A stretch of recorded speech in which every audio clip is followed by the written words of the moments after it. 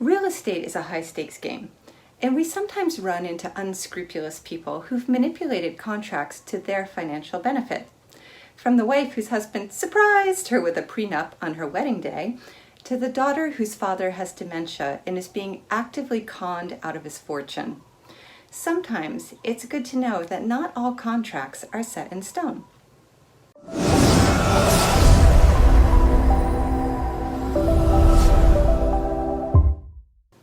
If you find yourself in a position where you feel taken advantage of, there's a good chance that you have been. And that's a great time to call a really good lawyer who can help you figure out if the contract that you or a loved one now find yourself in is void or voidable.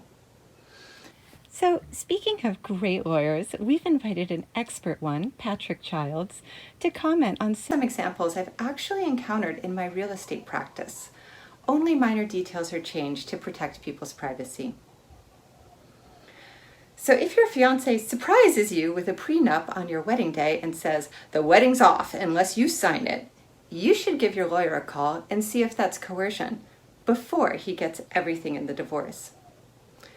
Likewise, if a gold digger secretly woos and weds your mother while she's suffering from dementia, you may want to check with your lawyer about whether the marriage is void before probate occurs.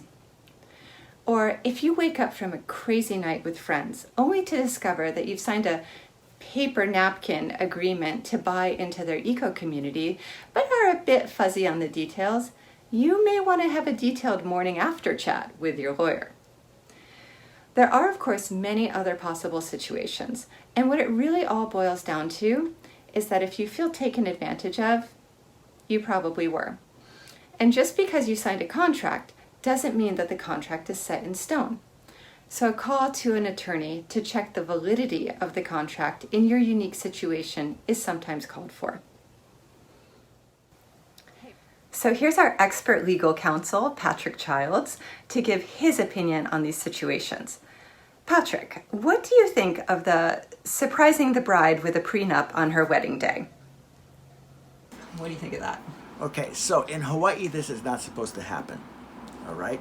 If she signs the prenup at that moment, the prenup will probably be found to be voidable, okay?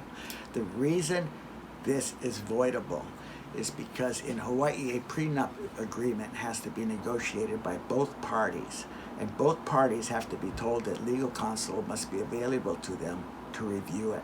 And it cannot be the same attorney that had drafted the document in the first place. Another factor in this, in a prenup agreement, is that she may have no way of knowing whether the assets cited in the prenup agreement are accurate.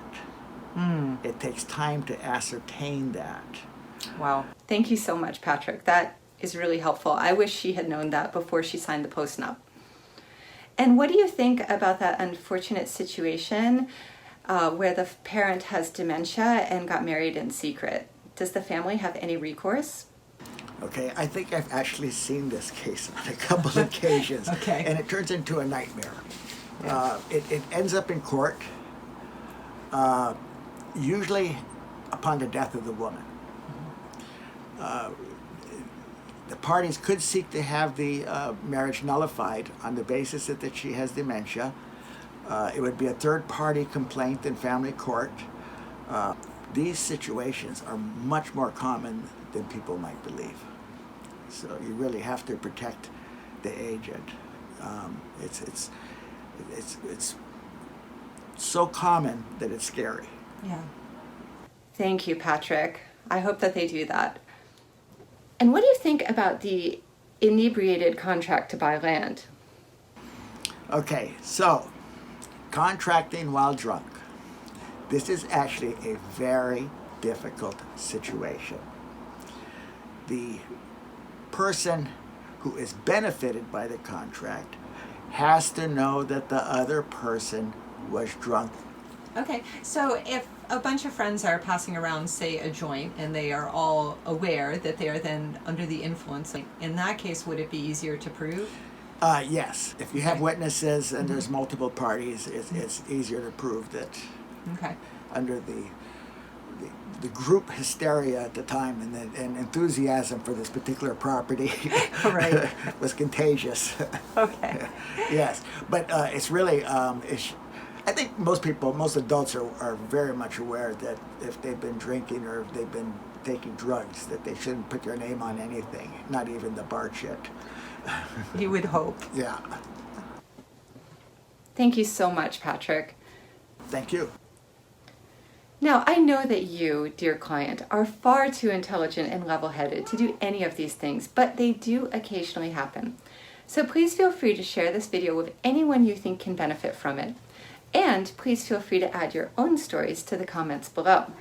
Because the more we spread the truth, the less we can be taken advantage of. Aloha!